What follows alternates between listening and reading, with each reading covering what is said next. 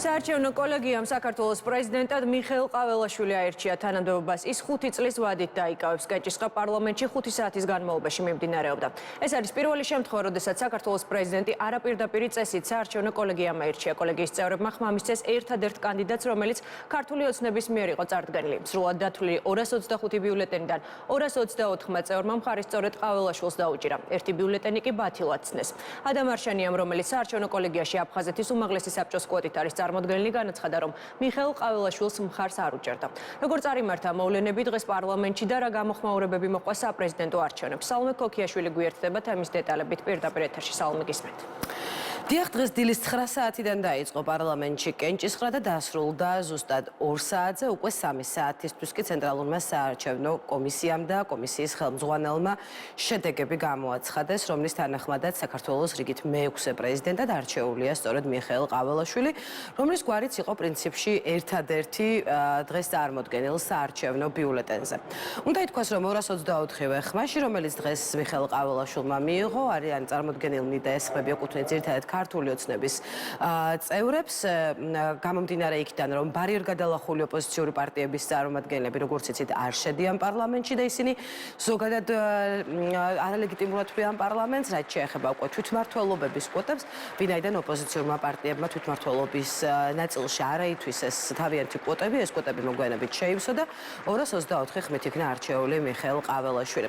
დღევანდელ საარჩევნო პროცესაც, რომელიც პირველად ჩატარდა ამ ფორმატით, რა თქმა უნდა, უძღვებოდა ცენტრალური საარჩევნო კომისია, სწორედ ცენტრალურმა საარჩევნო კომისიამ წარმართა პროცესი, შემდგომ დაითვალა ხმები და გამოაცხადა საბოლოო შედეგები, როგორც ცენტრალური საარჩევნო კომისიის თავმჯდომარემ გიორგი კალანდარიშვილმა მოგვიანებით მედიისთვის გაამართულ ბრიფინგზე განმარტა არჩევნების შედგა კანონის და პროცედურების სრული დაცვით.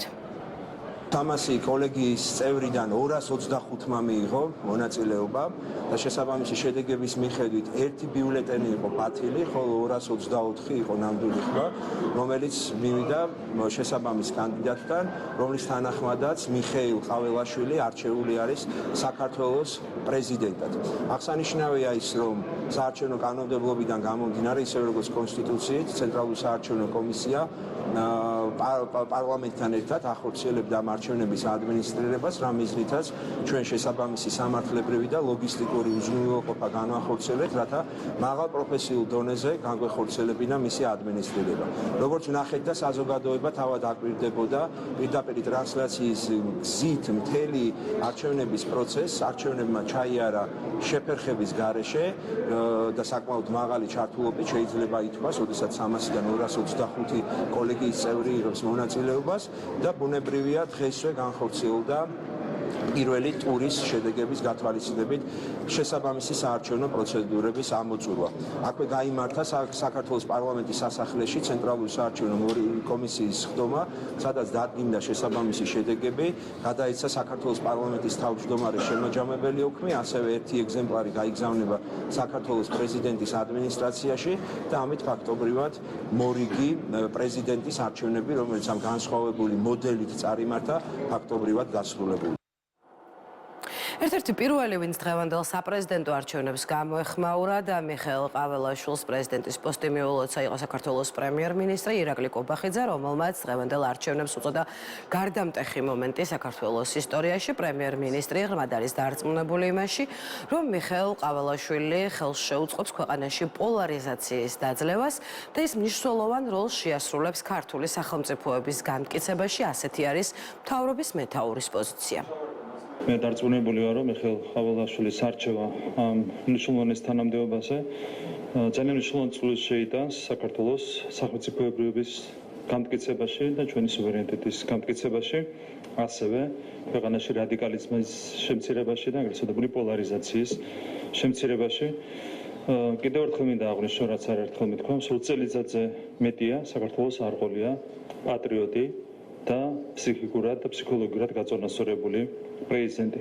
ამ კუთხით მიხეილ ყაველაშვილის პრეზიდენტობა იქნება გარდამტეხი ცვლილება ჩვენი ქვეყნისთვის.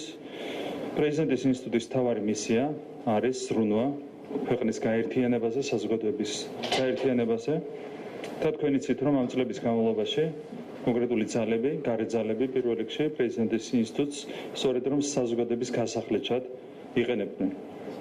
ასევე პრეზიდენტის ინსტიტუტი გამოიყენებოდა იმისათვის, რომ დაესუსტებინათ ხელოვნურად ჩვენი კონსტიტუციური წესრიგი, ამისათვის სისტემატურად და სისტემურად ირღვეოდა სწორედ პრეზიდენტის გამოყენებით საქართველოს კონსტიტუცია საზოგადოების ნებისმიერ წარმომადგენელს, ნებისმიერ ფორმატში.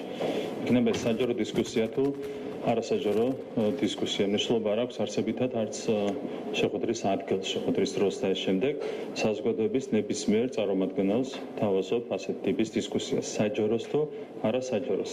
საზოგადოებასთან დიალოგი არის უნიშნულოვანესი. ჩვენ ვართ ხალხის მიერ არჩეული ხელისუფლება და ჩვენ უნდა ვესაუბროთ ხალხს. ნახოთ ვინ მიიღებს პრემიერ-მინისტრის ამ შეთავაზებას, მათ შორის საჯარო დისკუსიისა და დიალოგის შესახებ. ყოველ შემთხვევაში დღეს პარლამენტში ჩვენ მხოლოდ ამ თემაზე მოვისმინეთ მხოლოდ საპარლამენტო უმრავლესობის წარმომადგენელთა პოზიციები, ისევე როგორც ისინი ააფასებდნენ მიხეილ ყაველაშვილის კანდიდატურას ამ პოსტზე.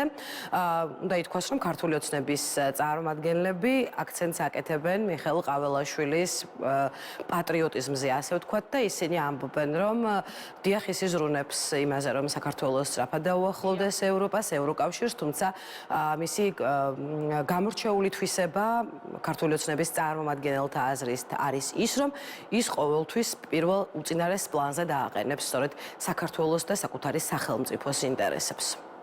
პირველი რიგის მთავარი კრიტერიუმი, რაც კი შეიძლება ყოფილიყო, ეს არის უღალატობა თავისი სამშობლოს და არა რომელიმე გუნდის თავისი სამშობლოს მიმართ და პატრიოტიზმი მიხეილ ყაველაშვილს თუ კი რაიმე თვისება გააჩნია უწინარესად ალბათ ამ თვისებაზე უნდა ვილაპარაკოთ. წინა პრეზიდენტებმა საპრეზიდენტო ინსტიტუტის მიმართ საპარლამენტო რესპუბლიკაში არასწორი აღქმები გააჩინეს. მაგალითად ჩვენ გვესმის კრიტიკა იმასთან დაკავშირებით, საგარეო მიმართულებით როგორ უნდა წარმოადგინოს ყაველაში მან ჯარის მთავარსარდალი როგორ უნდა ჯერთი ყველაფერი შეუძლია იყოს მისი პიროვნული და პროფესიონალური თვისებებიდან გამომდინარე. მაგრამ საერთოდ არ არის საგარეო პოლიტიკის წარმოება, მისი განსაზღვრა და წარმოება პრეზიდენტის საქმეს. პრეზიდენტი მხოლოდ იმ შემთხვევაში უნდა იყოს და იქნება წარმომადგენელი, როდესაც ამის სპეციალურ ნებართვას გასცემს საქართველოს მთავრობა. ამ პრინციპის, კონსტიტუციური პრინციპის დარღვევით, აი ერთ-ერთი მაგალითი ეს არის სალომე ზურაბიშვილმა გააჩინა არასწორი აღქმა, არასწორი სტერეოტიპი, რომ პრეზიდენტის საქმეა თითქოს ეს. მე როდესაც საუბრობენ მთავარსარდალზე, მიხეილ ყაველაშვილი ჩვენი მთავარსარდალი იქნება, მაგრამ ესეც აღქმულია თითქოს რაღაც ჯარს უნდა უხელმძღვანელოს. იმდენად სიმბოლურია ეს კომპეტენცია პრეზიდენტისა, რომ მას არ ჭირდება რაღაცა სპეციალური ცოდნა ჯარის შენაერთების გადაადგილების თუ სამხედრო ოპერატიული ტაქტიკის შესახებ. არის სიმბოლური, ცერემონიული ხშირ შემთხვევაში უფლებამოსილება, რაც რეალურ უფლებამოსილებაში ერევათ ადამიანებს. ჩვენ თავარი мотиваცია ამ ადამიანის და კანდიდატურის შერჩევის იყო ის, რომ ჩვენ არაერთხელ წარსულში სამწუხაროდ ყავდა პრეზიდენტები, რომლებიც განსაკუთრებით კრიტიკულ მომენტებში არჩევდნენ არა საკუთარი ქვეყნის და საზოგადოების ეროვნულ ინტერესებზე ზრუნვას, არამედ რაღაც სხვას. და ჩვენ დარწმუნებული ვართ, რომ ბატონი მიხეილ ყაველაშვილი თუ იქნება მსგავსივე კრიტიკული სიტუაცია, ის ყოველთვის მთავარ ფოკუსს და მთავარ ყურადღებას გაამახვილებს საქართველოს უპირველესად საქართველოს ეროვნულ ინტერესებზე.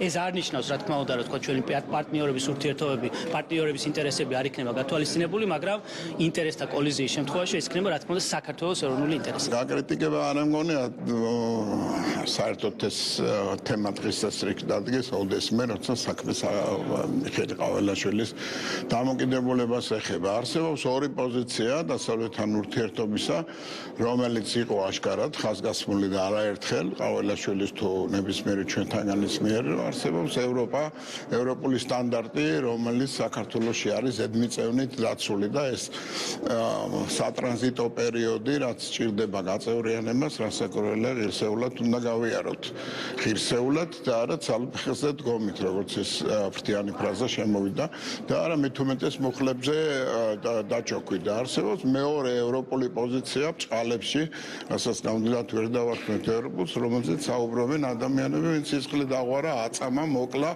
დახვრიტა, რუსეთს ჩააბარა ტერიტორიების 20%. დღევანდელი დღე კაფიოთ პოზიტიურად ჩაიწერება ჩვენი ქვეყნის ისტორიაში. მიხეილ ყაველაშვილი დაცამახსოვრებადი პრეზიდენტი ჩვენი საზოგადოებისთვის და მსოფლიოსთვის, მისი პოზიტიური, ეროვნული, გამორჩეულად პატრიოტული თვისებებიდან გამომდინარე, იმ მოცემულობიდან გამომდინარე, რაც მიხეილ ყაველაშვილს გააჩნია და ეს ყველამ ჩვენ ძალიან კარგად ვიცით.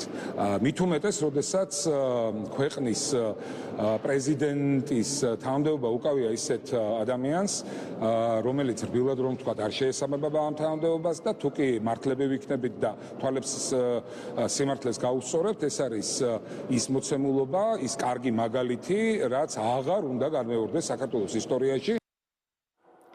მას ასე ქვეყნის რიგით მეექვსე პრეზიდენტი არჩეულია, თუმცა არჩეულია არ არის არჩეული ოპოზიციისთვის, როგორც იცით, ბარიერ გადალახული ოპოზიციური პარტიები არ აღიარებდნენ საპარლამენტო არჩევნების შედეგებს, ახლა არალეგიტიმურს უწოდებენ პრეზიდენტის არჩევნებსაც, მათ არა გამოაქვეყნეს თავიანთი პოზიცია, რომელშიც ნათქვამია, რომ მათთვის ქვეყანაში ერთადერთ ლეგიტიმურ პირად რჩება და თანამდებობის პირად რჩება პრეზიდენტი სალომე ზურაბიშვილი. სალომე ზურაბიშვილის ბოლო განცხადებებითაც იგი ერთ-ერთ ლეგიტიმურ ფიგურად მიიჩნევს საკუთარ თავს და ამბობს, რომ ის დარჩება კვლავაც პრეზიდენტად, რაში გამოიხატება ეს დარჩენა რთული სათქმელია, მაგალითად დარჩება ის ორბელიანების სასახლეში თუ ამ სასახლის დატოვებაზე უარს იტყვის, ყოველ შემთხვევაში მმართველი პარტიის წარმომადგენლები ამბობენ, რომ თუ კი სალომე ზურაბიშვილი 29 დეკემბრის შემდგომ, ანუ იმის შემდგომ, რაც უნდა იმ ვადის შემდგომ, როდესაც უნდა მოხდეს უკვე ახლად არჩეული პრეზიდენტის ინაუგურაცია კვლავ თუნდაც მაგალითად დარჩება ორბელიანების სასახლეში, მაშინ უკვე ადგილი ექნება რიგითი მოქალაქის სალომე ზურაბიშვილის მხრიდან ხელისუფლების მიტაცების და უზურპაციის მცდელობას. მადლობა, სალომე ქოქიაშვილი საუბრობდა პირდაპირ ეთერში.